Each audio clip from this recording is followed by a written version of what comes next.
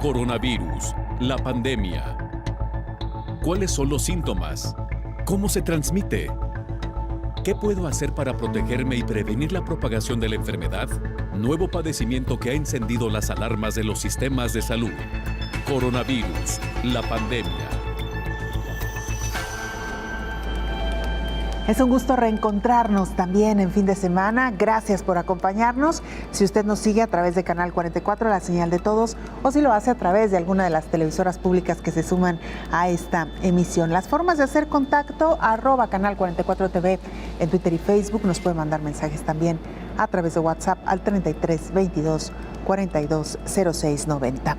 Iniciamos, como todos los recorridos por la semana, con el informe que nos llega en directo desde la Organización Mundial de la Salud. Es nuestra compañera Marta Alonso quien lo presenta. Hola, ¿qué tal? Buenos días, Belén. Buenos días a todo el auditorio de Canal 44. El COVID-19 avanza por todo el planeta, suma ya más de 4,2 millones de fallecidos y cerca de 201 millones de infectados. El país con más casos en términos absolutos sigue siendo Estados Unidos, seguido de la India y de Brasil. En los últimos 7 días se han reportado 570.000 casos al día. Es una tendencia creciente que se debe en gran medida a la curva ascendente del Mediterráneo Oriental y del Pacífico Occidental, que han reportado incrementos semanales del 37% y del 33% respectivamente. En cambio, las muertes globales, salvo en esas regiones, han descendido un 8%. América y Europa suman el 75% de las defunciones en el mundo y Asia, continente donde surgió la pandemia, reporta el 20%. En África, el ritmo de contagio se ha acelerado. El continente supera los 6,8 millones de casos y suma más de 174.000 muertes, inmersa en una tercera ola más agresiva, cuando todavía los porcentajes de vacunación siguen muy bajos. En Latinoamérica, los países con más casos nuevos son Brasil, Colombia y Argentina.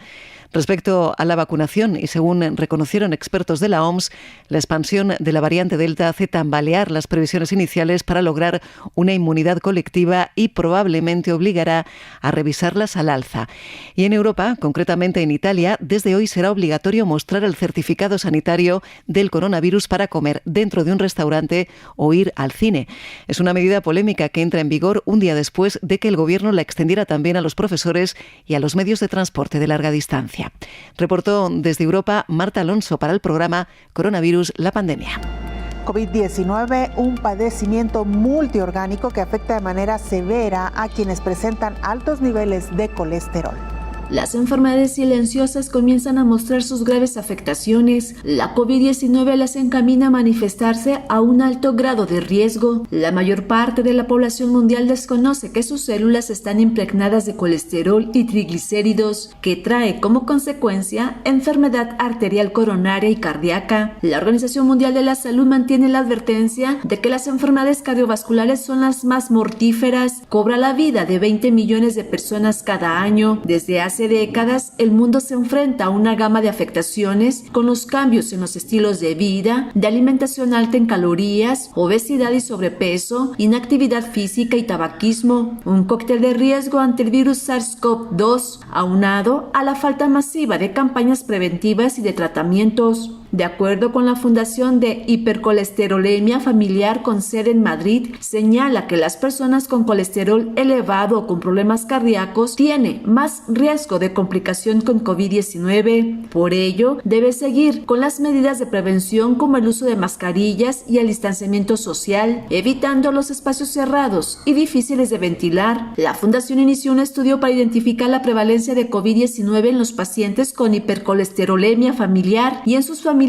no afectos a fin de identificar diferencias clínicas con la población general, mientras que en quienes han cursado con la infección por COVID-19 se analiza la persistencia de manifestaciones clínicas y otras complicaciones más allá de la fase aguda de la enfermedad. De las 4.200.000 personas que han perdido la vida por complicaciones que genera la COVID-19, un porcentaje alto tenía enfermedades silenciosas como presión arterial, obesidad y sobrepeso, obeso, diabetes mellitus, enfermedad cardiovascular. Esto, advierten los científicos en salud, que es debido a los altos niveles de colesterol del tejido. El SARS-CoV-2 ha hecho evidencia otra pandemia presente en el mundo desde tiempo atrás, a la que señalan especialistas no se le ha prestado atención debida, como es el síndrome metabólico. El estudio de la Asociación Americana de Diabetes muestra que los pacientes contagiados y que estuvieron hospitalizados por COVID-19, el 80% presentó hipertensión, el 65% obesidad, 54% tenía diabetes y el 39% colesterol.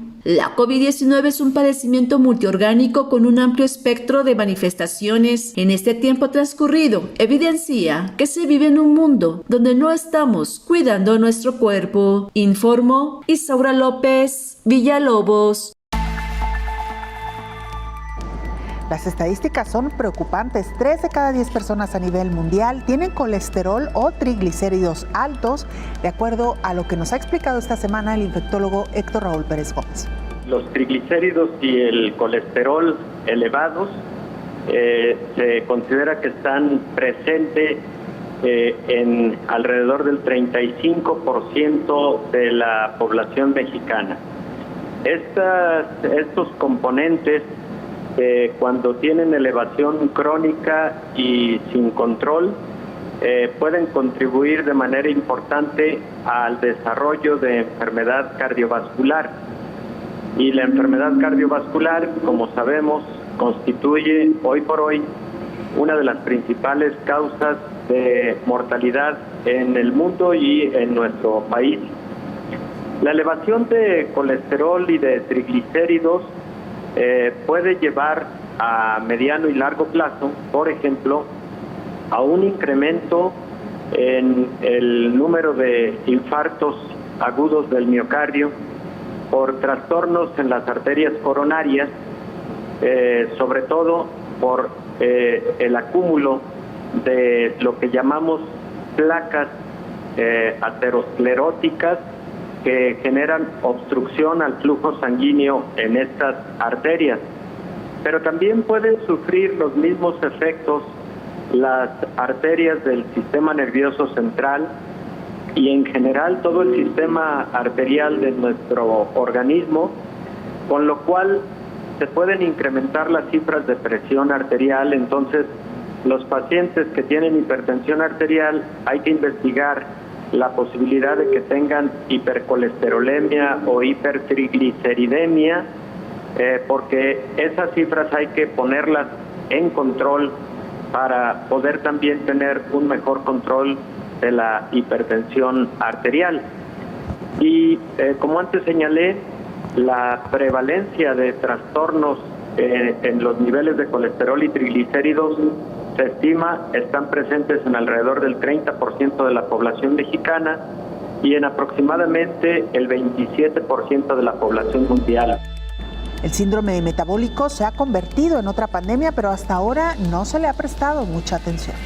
Según varios médicos, el coronavirus ha hecho evidente otra pandemia que está presente en el mundo y a la que tal vez no se le está prestando tanta atención: el síndrome metabólico. Para algunos expertos, ese síndrome, que influye en trastornos cardiovasculares y de triglicéridos, se ha convertido en una pandemia que se expande por todo el mundo y disminuye la capacidad de ciertos organismos a responder ante una infección como la COVID-19. De acuerdo con la Clínica Mayo en Estados Unidos, el síndrome metabólico es un grupo de trastornos que se presentan al mismo tiempo y aumentan el riesgo de enfermedad cardíaca, accidente cerebrovascular y diabetes tipo 2. Estos trastornos incluyen aumento de la presión arterial, niveles altos de azúcar en sangre, exceso de grasa corporal alrededor de la cintura y niveles anormales de colesterol o triglicéridos. A decir de la clínica, cada vez más frecuente y hasta 1/3 de los adultos estadounidenses lo padecen. Un estudio publicado por la Asociación Americana de Diabetes mostró que de 287 pacientes contagiados de COVID-19 analizados que estuvieron hospitalizados en 2 instituciones de Nueva Orleans, el 80% presentó hipertensión, el 65% obesidad, el 54% diabetes y el 39% colesterol. El 66% de los pacientes del estudio presentaron síndrome metabólico y cuando se compararon los datos de estos con los de aquellos que no lo tenían, encontraron lo siguiente: Mientras el 56% de quienes tenían el síndrome necesitaron una unidad de cuidados intensivos, solo el 24% de quienes no lo presentaron necesitaron acceder a una unidad de cuidados intensivos, informó Rocío López Fonseca. La Junta de Gobernadores del Fondo Monetario Internacional aprueban la cifra más alta en su historia para el combate de COVID-19. La Junta de Gobernadores del Fondo Monetario Internacional aprobó $650 mil millones el 2 de agosto de 2021 con el fin de inyectar mayor liquidez a nivel mundial. Se trata de la mayor asignación en la historia de este organismo internacional, una inyección de ánimo para la economía en medio de la crisis sin precedentes. La asignación del Fondo Monetario Internacional beneficiará a todos los países miembros, abordará la necesidad de reservas a escala mundial y a largo plazo, generará confianza y promoverá la resiliencia y estabilidad de la economía mundial. En particular, ayudará a los países miembros más vulnerables que están enfrentando los estragos de la crisis provocada por la COVID-19, señaló la directora gerente del fondo, Cristalina Georgieva. La asignación de recursos entrará en vigor el 23 de agosto de 2021. Aproximadamente $275 mil millones se destinarán a países de mercados emergentes y en desarrollo, incluidos países de bajos ingresos. Mientras tanto, el mundo está por alcanzar los 200 millones de contagios a pesar de las medidas para contener el virus SARS-CoV-2 que irrumpió en 2020. Las muertes ya suman 4.2 millones a nivel mundial, informó Elizabeth Ortiz. Hacemos una pausa, regresamos.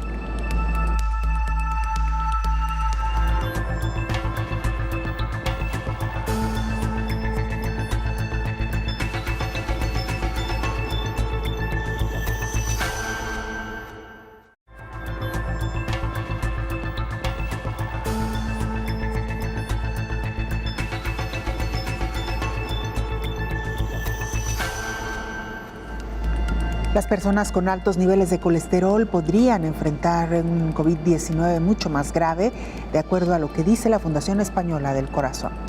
La Fundación Española del Corazón advirtió de que las personas con colesterol alto podrían tener un peor pronóstico en caso de contraer la COVID-19, desarrollando síntomas y consecuencias más graves que quien no padece esta condición, por lo que han insistido en la importancia de lo que se come. Según datos del estudio EuroHeart, el colesterol elevado es corresponsable del 60% de las enfermedades del corazón y durante las festividades de fin de año o de verano, los niveles de colesterol experimentan un aumento de hasta un 10% por el consumo de comidas y desorden en las mismas, por la ingesta de alcohol o el cambio de rutinas. A pesar de las consecuencias de tener el colesterol elevado, su prevalencia es alta entre la población mundial. Especialistas en nutrición clínica insisten en que los buenos hábitos higiénico-dietéticos y un estilo de vida saludable son fundamentales para combatir el colesterol elevado. En este sentido, una adecuada elección de los alimentos es clave para implementar una dieta cardiosaludable, informó Rocío López Fonseca. En contraparte, un estudio refiere que medicamentos para tratar colesterol alto podrían evitar casos de COVID grave.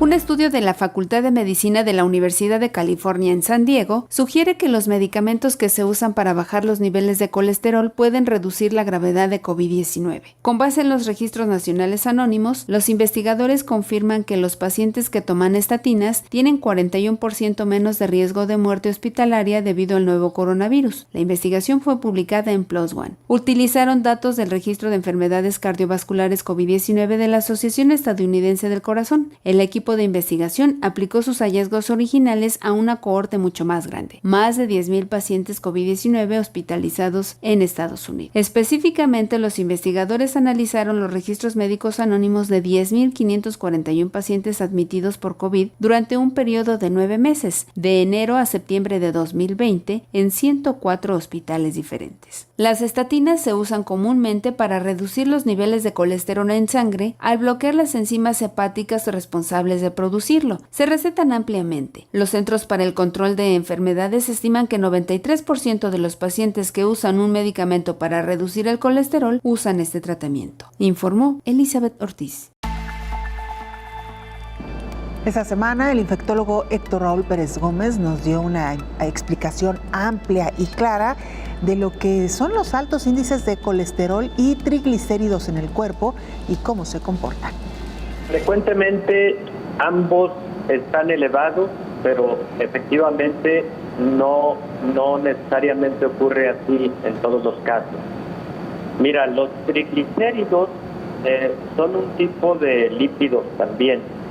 Nada más que los triglicéridos tienden a sintetizarse, formarse en el intestino, de ahí se absorben y pueden empezar a circular a nivel sanguíneo en cantidades más altas de sus cifras normales, sobre todo cuando existen trastornos genéticos o predisposición genética, en donde también estos triglicéridos pueden producirse a nivel hepático, en el hígado.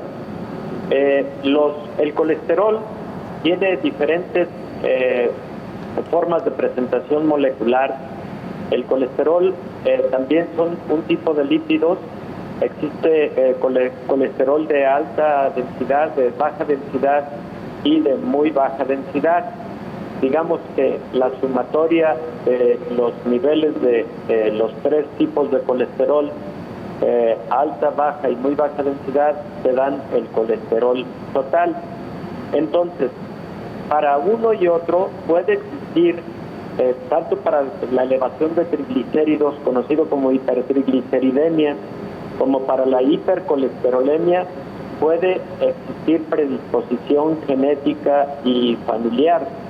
De hecho, se estima que habitualmente ocurre la combinación de la predisposición genética y también pues de los aspectos exógenos, es decir, la dieta con alto contenido de carbohidratos, con alto contenido de alcohol y por supuesto con alto contenido de grasa, contribuye tanto a la elevación de triglicéridos como a la elevación de colesterol, sobre todo de colesterol de baja y de muy baja densidad, que es el tipo de colesterol que las personas conocen como el colesterol malo, y así se le conoce porque es el que precipita y se concentra más en las paredes de los vasos sanguíneos, y el colesterol de baja y muy baja densidad es el que más genera enfermedad cardiovascular. El tratamiento para hipertrigliceridemia y para hipercolesterolemia puede ser diferente dependiendo de cada caso. Hay casos en donde, como acabamos de escuchar, las estatinas, que son un grupo de fármacos predominantemente utilizados para hipercolesterolemia, nos llevan a adecuados niveles del colesterol sanguíneo, pero esto siempre se debe acompañar de un cambio en los estilos de vida hacia estilos de vida saludables.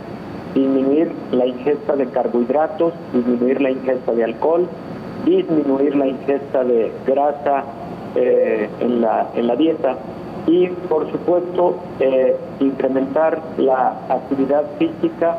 Todos estos son factores fundamentales para el control tanto de hipertrigliceridemia como de hipercolesterolemia. Predominantemente las estatinas son los fármacos que más se han utilizado, como el caso de simvastatina, como el caso de atorvastatina. En el caso de simvastatina combinado con ezetimiba, por ejemplo, son de los fármacos más utilizados en el manejo de las hiperlipidemias. Sin embargo, cada caso es un caso particular y específico. Sí, le hago la recomendación de que más que un mecanismo de prescripción, lo tome solamente como un consejo. Creo que lo más conveniente es tener una evaluación médica completa, pero sí le diría que independientemente de si el tratamiento que se decida es una estatina, como insisto, el caso de simvastatina, atorvastatina, etcétera, adopte invariablemente estilos de vida saludables, como es la reducción de grasa en la dieta, como es la reducción de carbohidratos en la dieta, la reducción de alcohol y, por supuesto, actividad física. Y además, algo que no hemos comentado es la importancia de monitorear los niveles de colesterol y de triglicéridos en sangre para que estemos seguros, estemos ciertos de que los tratamientos implementados nos permitan tener un buen control de un paciente determinado. Y por otro lado también hay exámenes de laboratorio que nos permiten identificar cuando esto tiene una predisposición familiar. Y ojo con esto, Belén, porque hay casos de hipercolesterolemia familiar muy delicados en donde sobre todo los varones de familias con altos niveles de colesterol tienen mayor riesgo de sufrir eventos cardiovasculares como infarto agudo del miocardio, incluso a tempranas edades. Vemos casos de hipercolesterolemias y de hipertrigliceridemias, sobre todo las primeras, en personas delgadas que hacen actividad física, que cuidan su dieta y que de cualquier manera requieren fármacos para su adecuado control.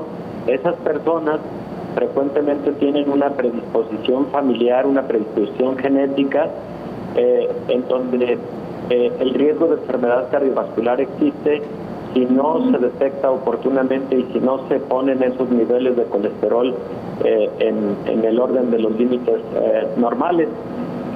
Idealmente deben ser menores de 180 miligramos por decilitro para el caso del colesterol total, y para el caso de los triglicéridos idealmente deben estar por debajo de 150 miligramos por decilitro. Para ambos casos, menos de 150 miligramos por decilitro es ideal. Esta medición se hace en la sangre y efectivamente existen estos casos de origen genético y familiar que hay que identificar perfectamente bien y que se puede hacer también a través de estudios de laboratorio conocido como perfil de lípidos y perfil genético de lípidos. Doctor, ya casi para despedirnos, ¿qué tan efectivos son los tratamientos para controlar estos indicadores, doctor? Son muy efectivos, Belén. Afortunadamente tenemos un arsenal de fármacos de gran utilidad tanto para el control de colesterol como para el control de triglicéridos, pero yo insisto en que no lo hacen todos los fármacos. Los fármacos son una parte importante, pero también la actividad física y los estilos de vida saludables en cuanto a la adecuada nutrición, a la adecuada alimentación. Más verduras, por ejemplo, menos alcohol, mucho menos consumo de grasas en la dieta, mucho menos consumo de carbohidratos en la dieta. Todo esto en conjunto es lo que nos puede ayudar a un buen control y a largo plazo esto significa salud cardiovascular. Vamos ahora con nuestra compañera Naomi Mesa, periodista de STV Telebásica, para que nos actualice información desde Honduras. Un saludo para ti, Belén, y para toda la audiencia de Canal 44. Este fin de semana pasado se llevó a cabo la jornada de vacunación contra COVID-19, denominada Vacunatón, donde más de 121,000 personas fueron inmunizadas solo en el departamento de Francisco Morazán. Este departamento es considerado el epicentro de infectados en el país, razón por la cual se decidió realizar la masiva vacunación, que debido a la gran afluencia de capitalinos se inmunizaron personas desde los 28 años sin restricción alguna. Además, se aseguró que evaluando los resultados de este vacunatón, se podrían implementar en los demás departamentos del país. El doctor genetista Edwin Herrera dijo este lunes que la variante Delta ya circula en Honduras desde hace varios meses y que la misma está afectando en igual condición a las personas que se vacunaron contra el COVID-19.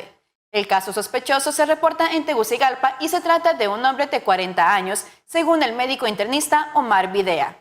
Por otro lado, las autoridades de la Secretaría de Salud confirmaron este viernes el tercer caso en Honduras por mucormicosis, también conocido como hongo negro. Hasta el momento se registran 3 casos confirmados y 3 sospechosos en el territorio hondureño, además de 2 muertes por sospecha de esta enfermedad, por lo que las autoridades hacen un llamado urgente a la población a cuidarse. Honduras ya sobrepasa los 297,000 casos positivos por COVID-19.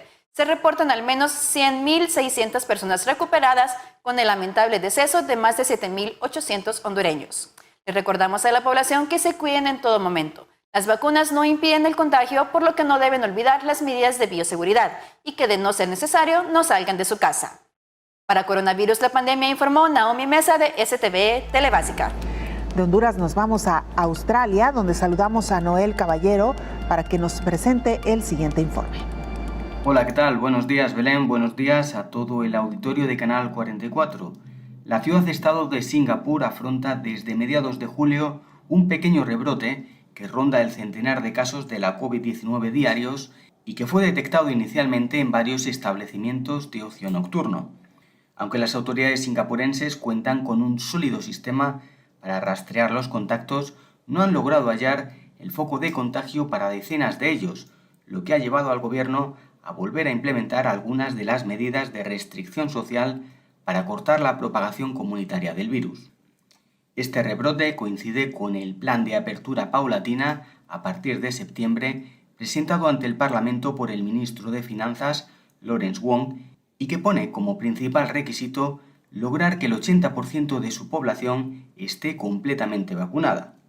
Hasta el momento y a casi un mes de la fecha para este plan de apertura, las autoridades sanitarias de la ciudad-estado indican que alrededor del 65% de los 5,7 millones de singapurenses y residentes en el país han recibido la pauta completa de la vacuna y más del 75% al menos una dosis.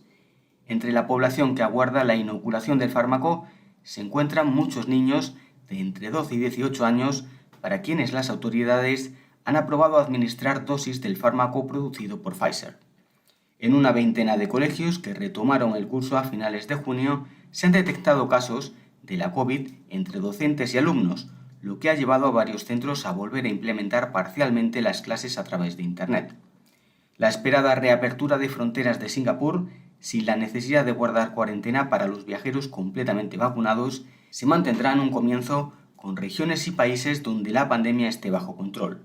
Reportó desde Bangkok para el programa Coronavirus la Pandemia, Noel Caballero. Hacemos una pausa, regresamos con mucho más.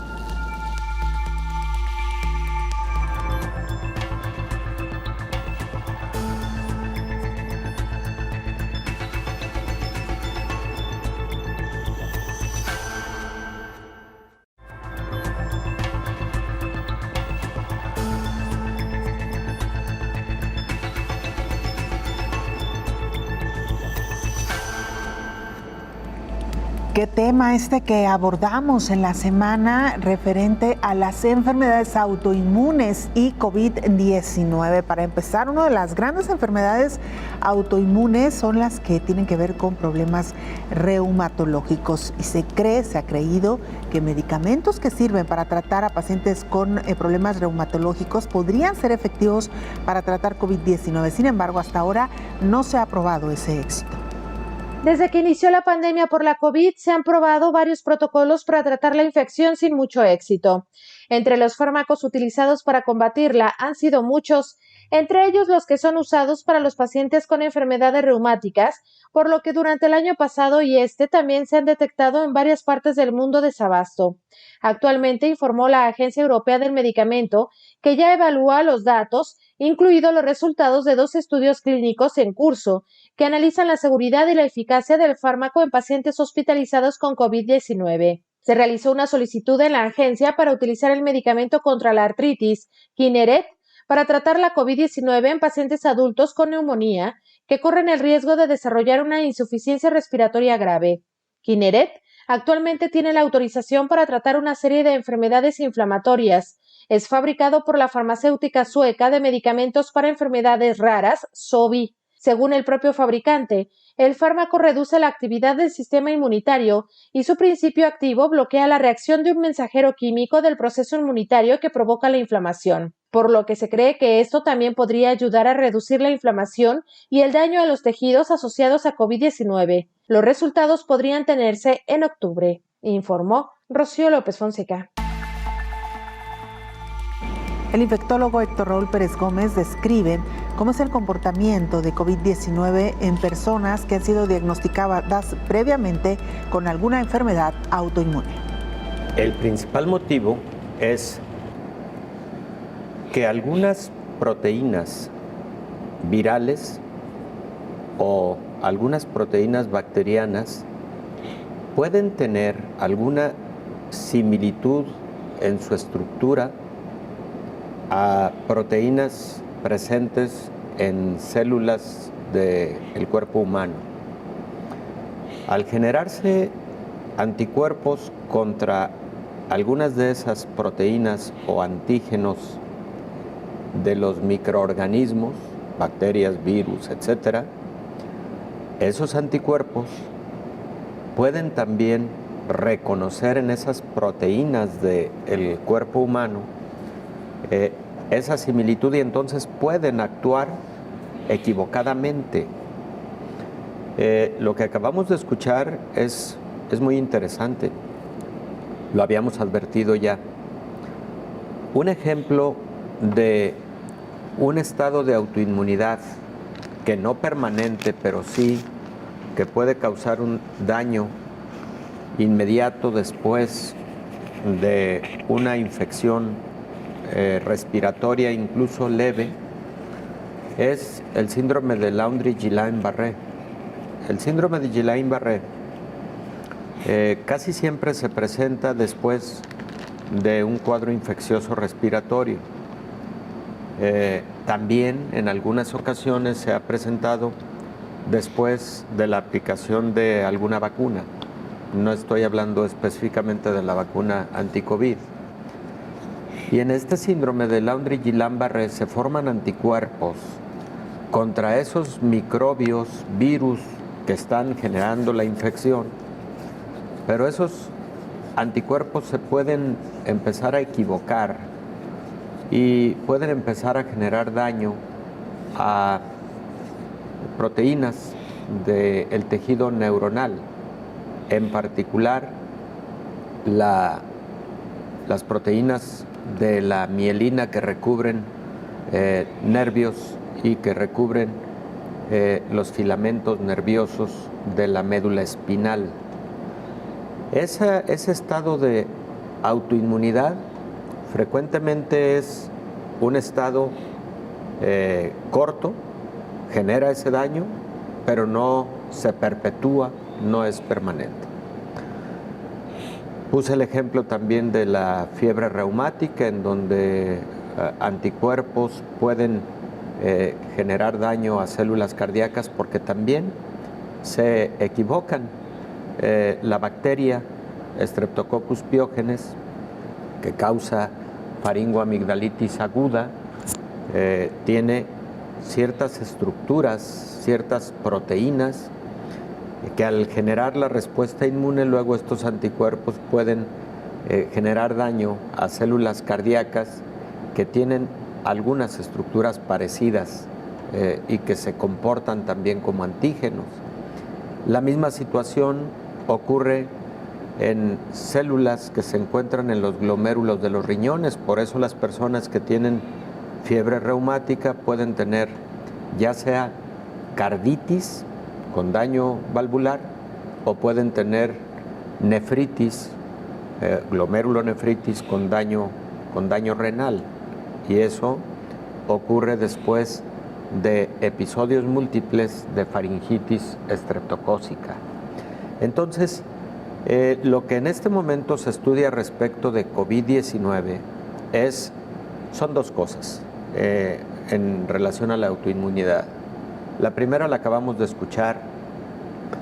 Si se están formando autoanticuerpos que pueden generar daño a largo plazo en órganos y sistemas y que por ese motivo puedan explicarse algunos casos de COVID prolongado, COVID largo, del que hemos hablado aquí en muchos momentos, o secuelas de COVID.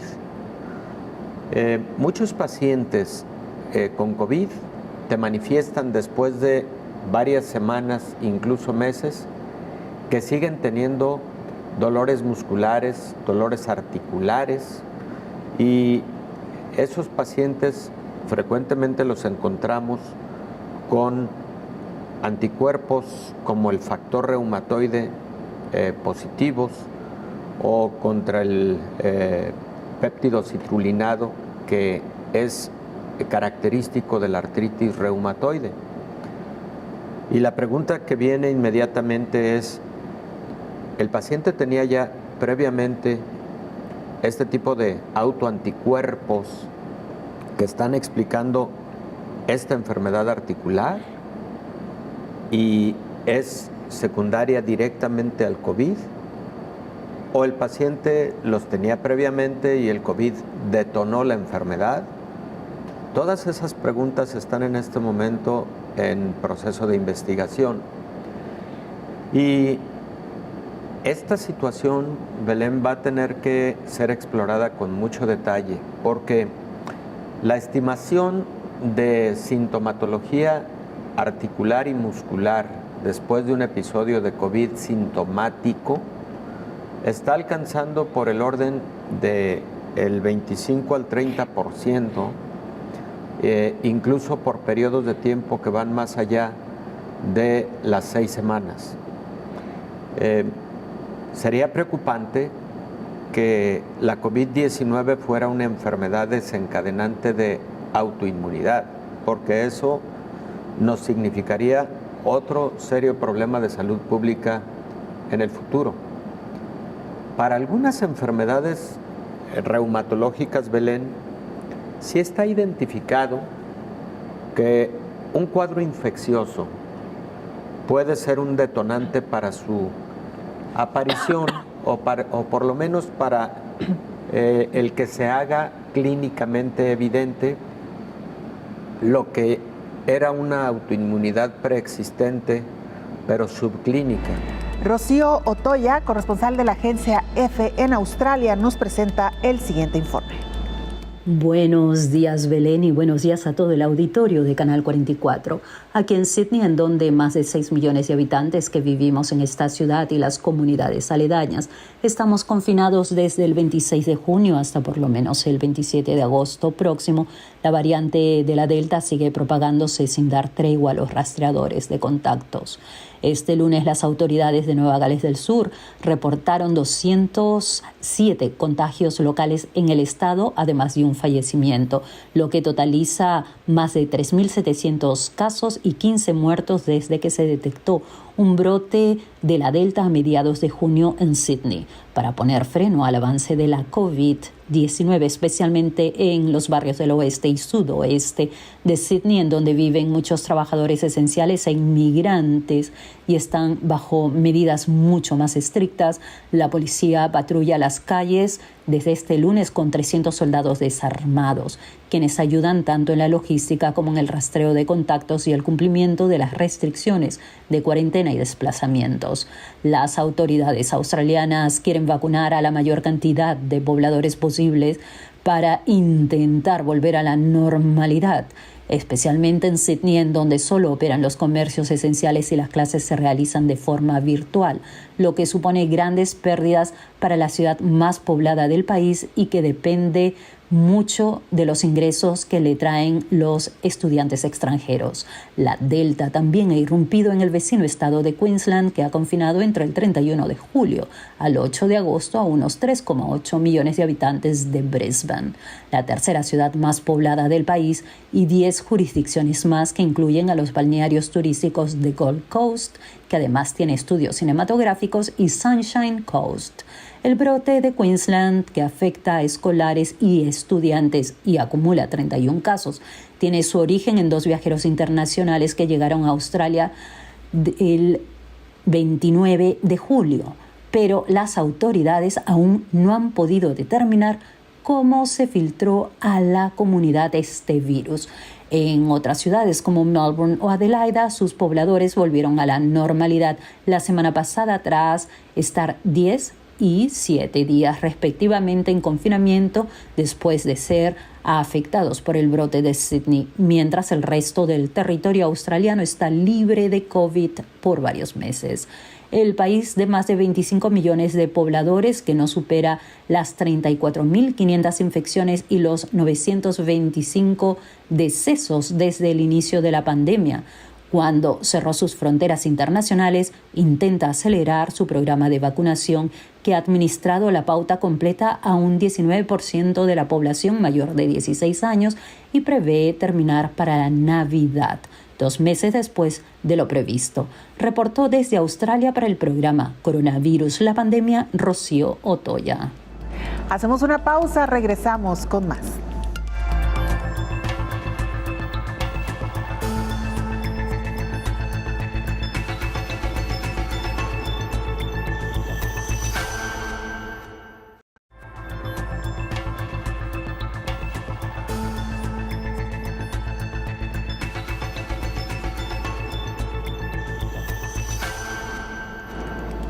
Esta semana también dedicamos uno de nuestros programas a hablar sobre las secuelas emocionales y mentales que puede dejar COVID-19 en aquellos pacientes que lamentablemente han enfermado. Entre otros, delirio, depresión y ansiedad son algunos de los principales trastornos que provoca esta enfermedad.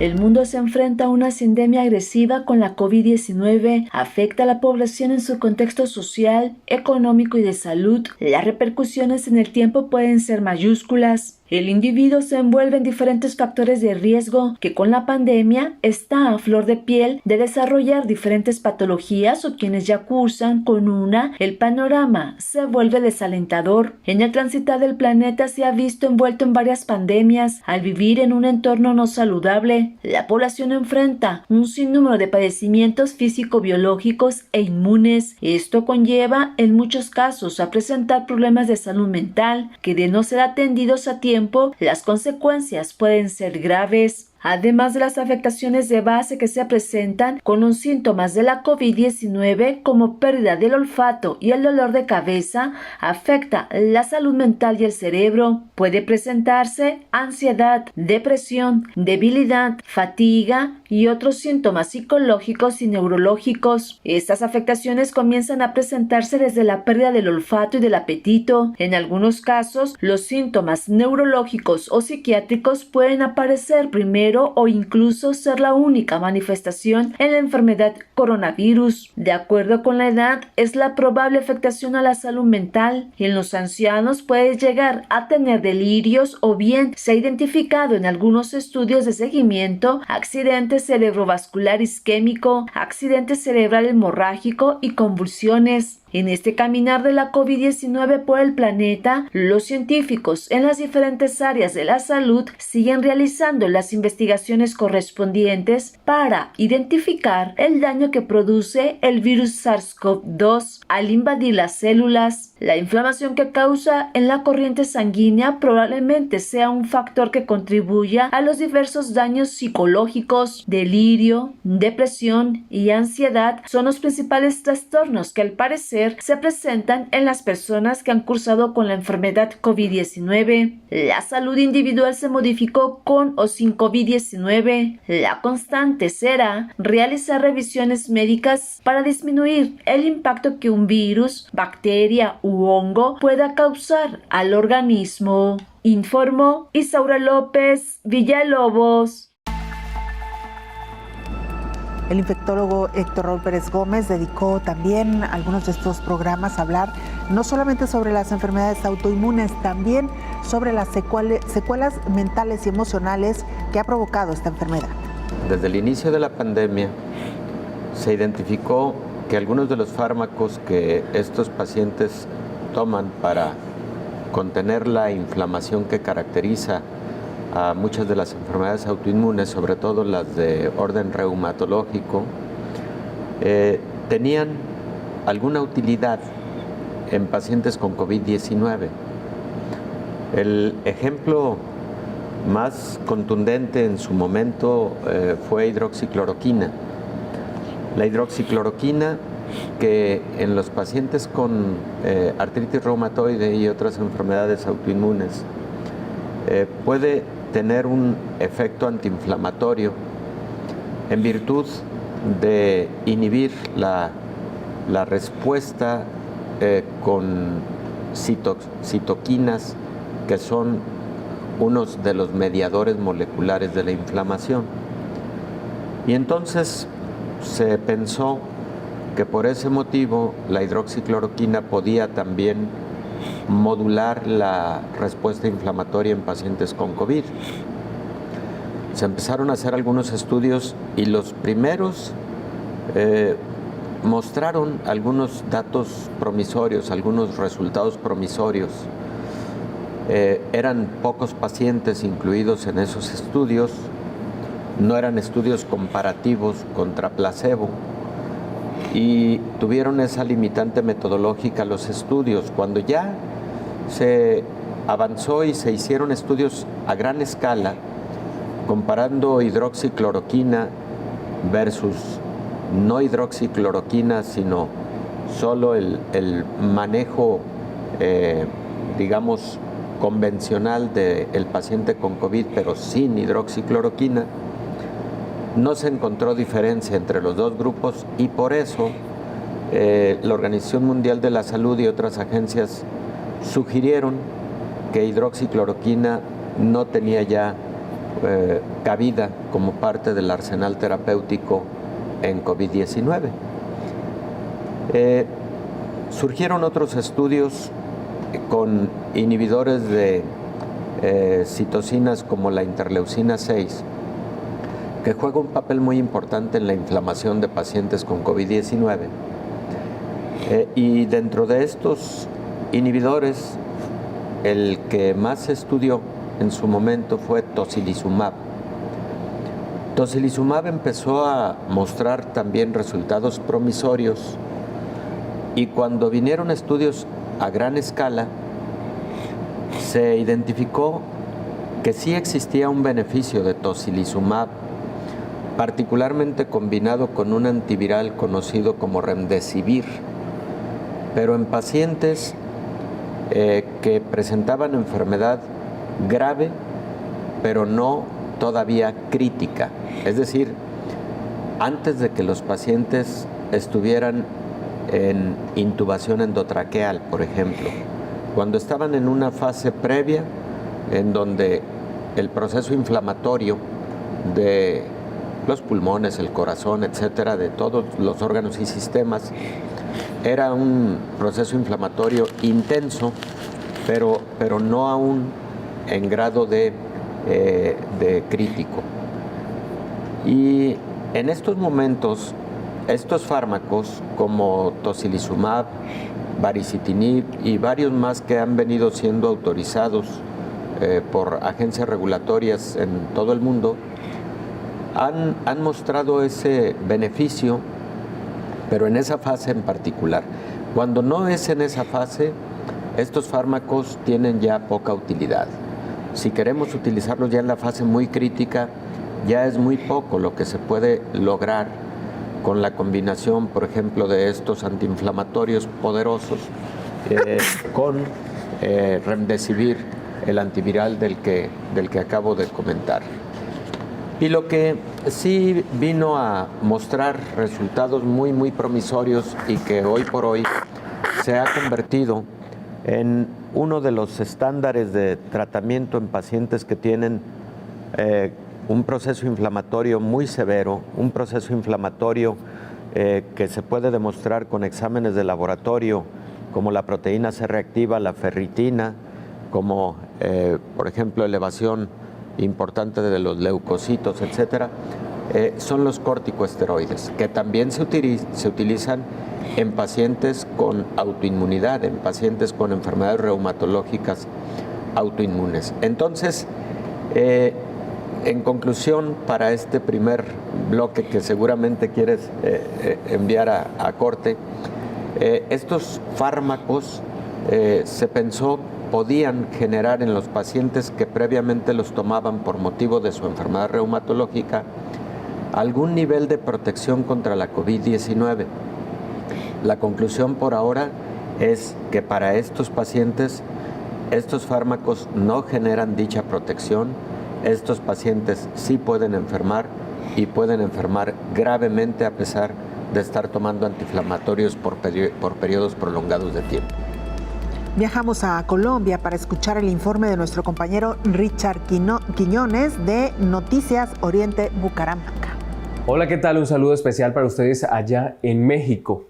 Colombia registró menos de 250 muertes por COVID-19 en las últimas horas. 6.600 nuevos contagios se reportaron. Cifras bajas al recordar que estábamos encontrando 600, 700 personas que perdían la vida como consecuencia de esta enfermedad diariamente. Hasta la semana pasada se procesaron 67.815 muestras de coronavirus para determinar si tenían o no esta enfermedad, de las cuales 33.415 son PCR y 34.400 de antígenos. En el histórico general, el país acumula 4.821.603 casos desde el año 2020 y de ellos 4.624.669 ya se han recuperado, mientras que 61.156 siguen activos como casos que están siendo vigilados por las autoridades sanitarias. En total de fallecidos por la pandemia en el país es de 121.899 personas y en cuanto a la vacunación en Colombia, el 4 de agosto se han distribuido 32.829.494 dosis contra el coronavirus, de las cuales 29.013.935 se han aplicado. El número de personas totalmente inmunizadas con una sola dosis es de 12.737.413. Recordemos que las personas mayores de 20 años ya pueden vacunarse sin agendamiento. Es la información desde Colombia. Sigan ustedes en los estudios de México. En varias partes del mundo ha comenzado a crecer de forma acelerada los contagios por COVID-19. Tal es el caso de Tailandia, que por primera vez ha registrado 20.000 contagios en un solo día. La fuerte ola de contagios y fallecidos con COVID-19 en Tailandia continúa en ascenso. El país registró este miércoles 20.200 casos y 188 muertos, nuevos registros récord, a pesar de las fuertes medidas impuestas sobre Bangkok y otras 29 provincias. El rebrote, vinculado a la variante Delta del virus, ha llevado al gobierno tailandés a imponer el toque de queda nocturno, limitación de reuniones y el cierre de restaurantes, centros comerciales y otros establecimientos. Las autoridades de momento descartan aprobar un confinamiento de 24 horas y restricciones más estrictas contra el brote detectado en abril. Los hospitales de la capital se encuentran al borde del colapso y la crisis sanitaria además se ve afectada por el lento avance de la campaña masiva de vacunación, que no logra coger un ritmo constante por la falta de suministro. Tailandia ha administrado la pauta completa solo alrededor del 6% de la población. Nos vamos. Muchas gracias por habernos acompañado. Le invitamos para que nos sintonice en la siguiente emisión de Coronavirus, la pandemia. Buen fin de semana.